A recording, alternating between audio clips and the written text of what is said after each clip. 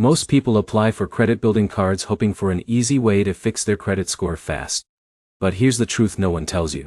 Some cards genuinely help build healthy financial habits, while others can become expensive if you don't fully understand the fees, limits, and repayment system first.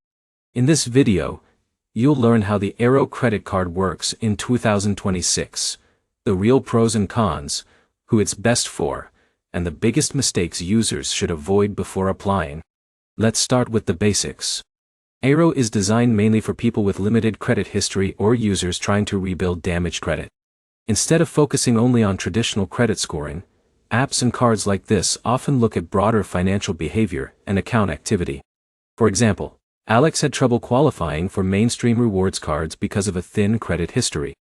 A starter-style credit-building product gave him a chance to begin building payment history gradually. Now here's where it gets interesting. Arro markets itself heavily around accessibility and financial improvement tools, instead of luxury rewards or travel perks. That makes it appealing to beginners who simply want to establish better credit habits. But here's the problem. This is where most users fail.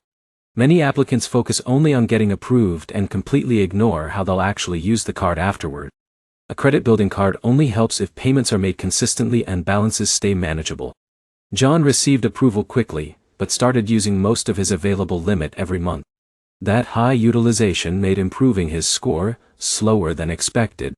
In a minute, I'll show you the smartest strategy for using beginner credit cards without damaging your finances. Before that, let's talk about one important advantage. Some newer credit-building platforms now include budgeting tools, payment tracking, and financial education features that help users stay organized. For beginners, those features can sometimes matter more than rewards points or cashback offers. But here's the catch. No credit-building card works like magic.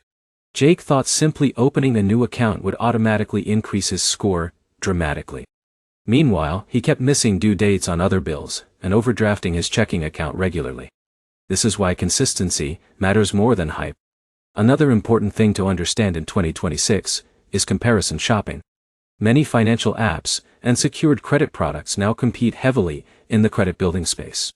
That means users should compare fees, reporting practices, repayment flexibility, and long-term value before applying. Now, for the honest answer. Is the Arro credit card worth it in 2026? For users with limited options who want a structured way to start building credit, it may provide useful access and financial tools. But it works best for disciplined users focused on gradual long-term improvement. If someone expects instant credit score results or plans to carry large balances, frustration usually follows quickly. Now for the smartest strategy. Keep balances low, pay on time every month, and treat the card like a financial tool instead of free spending money. The key takeaway is simple. Your habits matter far more than the card itself. If you've used Arro or another credit-building card before, comment below with your experience. And subscribe for more honest credit card reviews, budgeting tips, and personal finance guides.